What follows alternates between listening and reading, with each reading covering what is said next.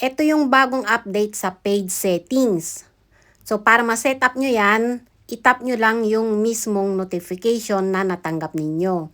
Kapag natap nyo na yan, ay dito na kayo mapupunta. So, makikita nyo dyan yung creator page type.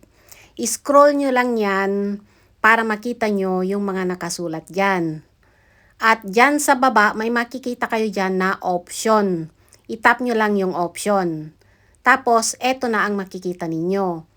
Kung creator kayo, ay creator ang itap nyo dyan. At kung sakaling hindi nyo alam kung ano ang pipiliin nyo dyan para sa page type ninyo, itap nyo lang itong help me choose. May makikita kayo dyan na creator, may mga nakasulat dyan yung monetize, build community, affiliate sales. Tapos, ito namang business, scroll lang natin ng konti. Ayan, makikita nyo din, mababasa nyo din kung ano ang nakasulat dyan, kung business. So, kapag okay na yan sa inyo, ay mag-back lang kayo. Kapag nabasa nyo na yan lahat, ha.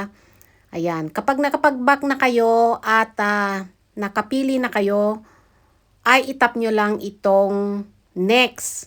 So, kapag natap nyo na yung next, ay dito na kayo mapupunta. May makikita kayo dyan na confirm. Itap nyo lang yung confirm. So, okay na yan. Kapag natap nyo na yung confirm, ay na-set up nyo na ang inyong page type.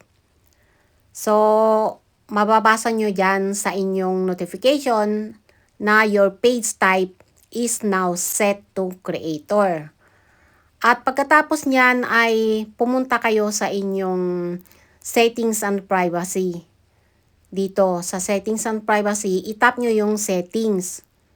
Kapag natap nyo yung settings, ay scroll up nyo lang yan para makita nyo yung page setup. Itap nyo yung page setup. So, ayan, makikita nyo na dyan, nakasulat na yung page type creator na setup nyo na siya. So, okay na yan.